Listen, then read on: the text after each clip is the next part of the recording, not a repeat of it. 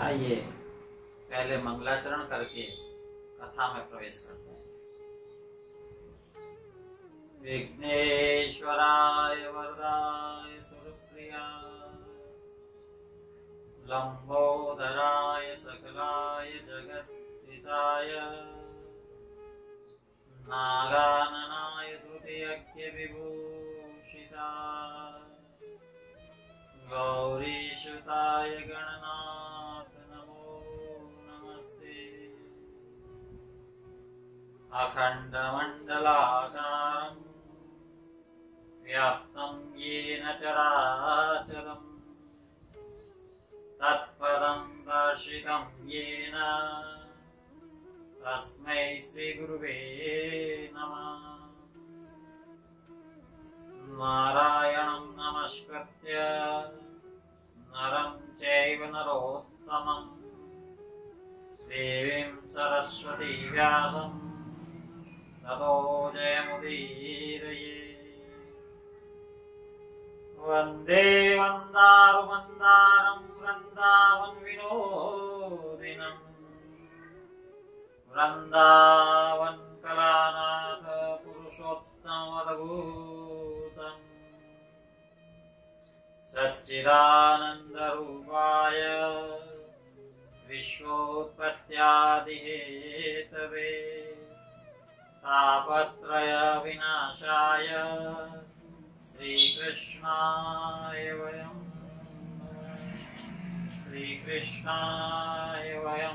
नमः। श्रीकृष्णाय वयं नमः। सोमेश मोहि परनुकूला करिहि कथा मुदमंगलमूला।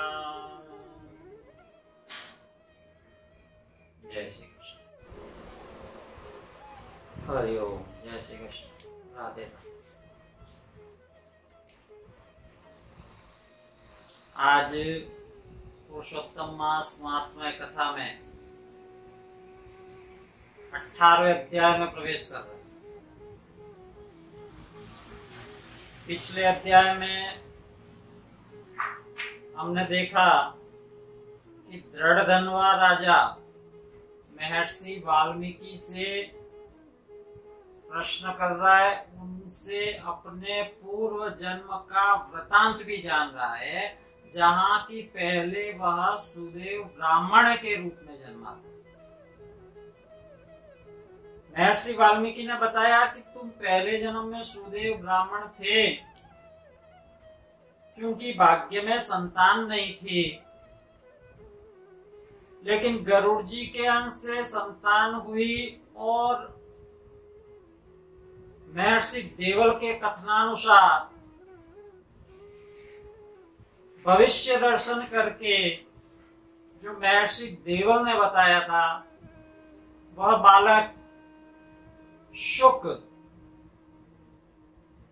जल में डूबकर मृत्यु को प्राप्त हो गया। सुदेव ब्राह्मण और उनकी पत्नी गौतमी विलाप करने लगे थे, और ब्राह्मण इतना विलाप कर रहा है, उस ब्राह्मण के विलाप के समय दशों दिशाओं को गुंजित करता हुआ मेघ प्रकट हुआ। आकाश में चारों तरफ मेघ छा गए, घनघोर वृष्टि होने लगी, बरसात होने लगी। लगभग 1 मास तक वृष्टि हुई, और उस 1 मास की वृष्टि में पृथ्वी जल से भर गई। लेकिन लिखा है, नासो विज्ञातवान किंचित पुत्र शोकाग्नितापितः। उस सुदेव ब्राह्मण को पुत्र शोक की अग्नि में कुछ भी पता नहीं चला। उसने इस 1 मास की अवधि में न जलपान किया न भोजन किया।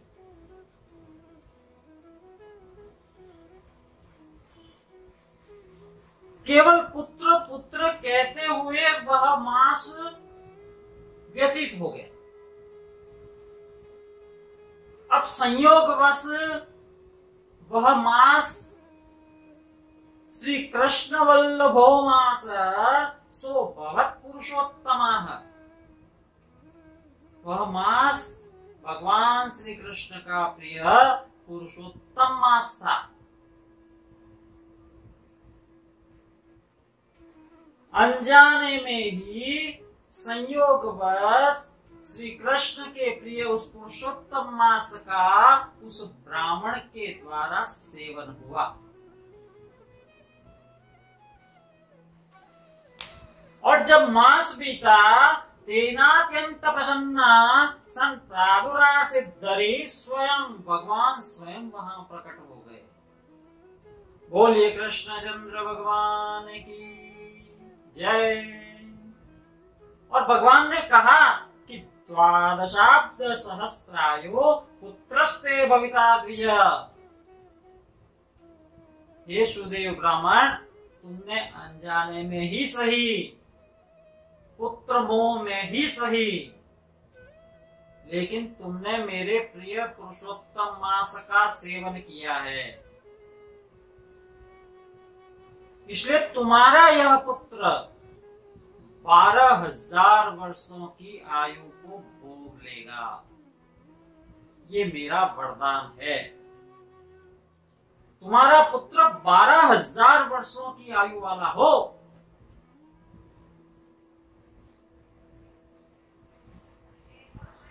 यहां भगवान ने प्राचीन इतिहास जिसमें मार्कंडेय मुनि द्वारा राजा रघु से धनुर नामक आख्यान सुनाया है, और फिर पुनः सुदेव ब्राह्मण को इंगित करते हुए बताया कि तुम पुत्र के साथ गृहस्थाश्रम भोग कर ब्रह्मलोक को जाओगे। और फिर पुनः इस पृथ्वी तल पर ततो राजा चक्रवर्ती भविष्यसि द्विजोत्तमा, तुम चक्रवर्ती राजा इस पृथ्वी तल पर आकर बनोगे। तुम्हारी स्त्री गौतमी होगी। और फिर कृतार्थो हम धरापीठे इत्यज्ञान विमोहित,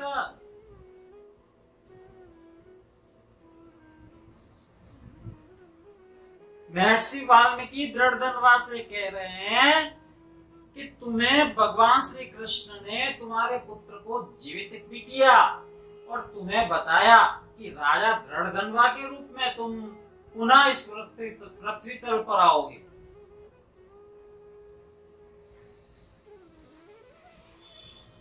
एक बात और कही, कृतार्थो हम धरा पीठे इत्यज्ञान विमोहित,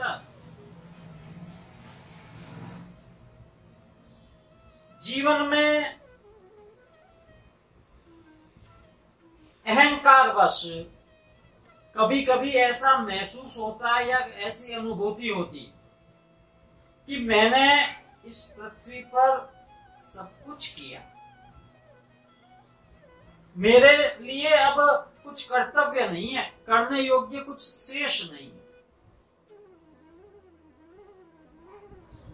भैया सच मानिए, ये अहंकार है। मनुष्य का अहंकार बोलता है।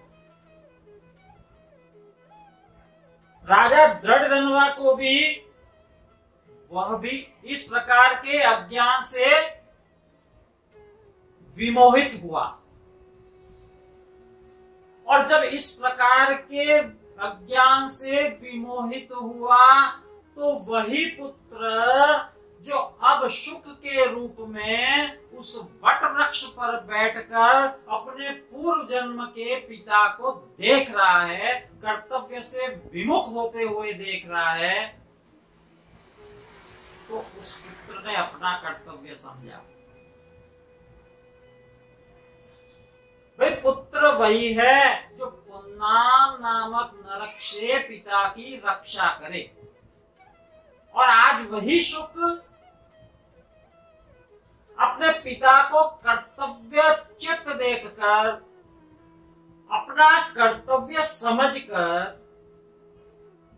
पिता को वैराग्य भरे वचन सुना रहा।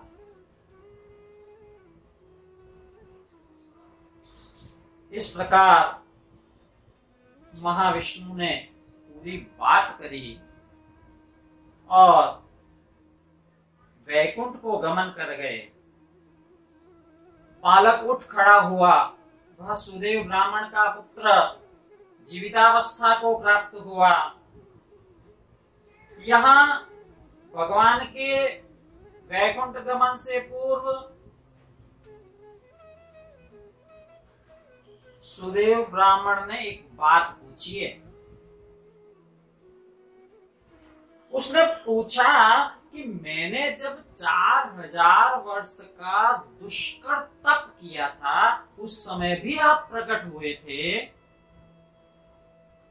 लेकिन उस समय आपने प्रकट होकर भी ये कहकर, इस प्रकार के कठोर वचन कहकर कि तुम्हारे भाग्य में संतान नहीं है, ऐसा कहकर आप चले गए थे। गरुड़ जी के गरुड़ांश पुत्र उत्पन्न हुआ था, जबकि आपने स्पष्ट मना किया था। और अब आप जब प्रकट हुए हैं पुनः, तो आप केवल 1 मास की कठिन साधना, और वो भी अनजाने में, 1 मास की साधना या 1 मास का उपवास या 1 मास का त्रिकाल स्नान, ये तो मैंने अनजाने में किया है। फिर इस 1 मास की तपस्या के फलस्वरूप आपने मेरे मृत पुत्र को जीवित कर दिया, और उस समय आपने ऐसा कहा था, इसका क्या कारण है? भगवान ने इसका बहुत सुंदर जवाब दिया है।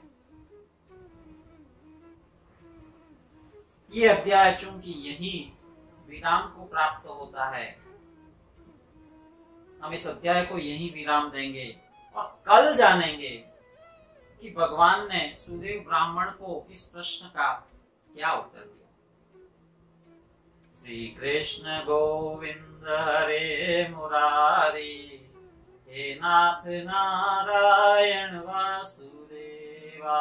श्री कृष्ण गोविंद हरे मुरारी, हे नाथ नारायण वासुदेवा। श्री ब्रह्मार्दीय पुराणे पुरुषोत्तम मास महात्म्ये श्री नारायण नारद संवादे सुदेव पुत्र जीवनम नामाष्टदशोऽध्याय। हरि ओम।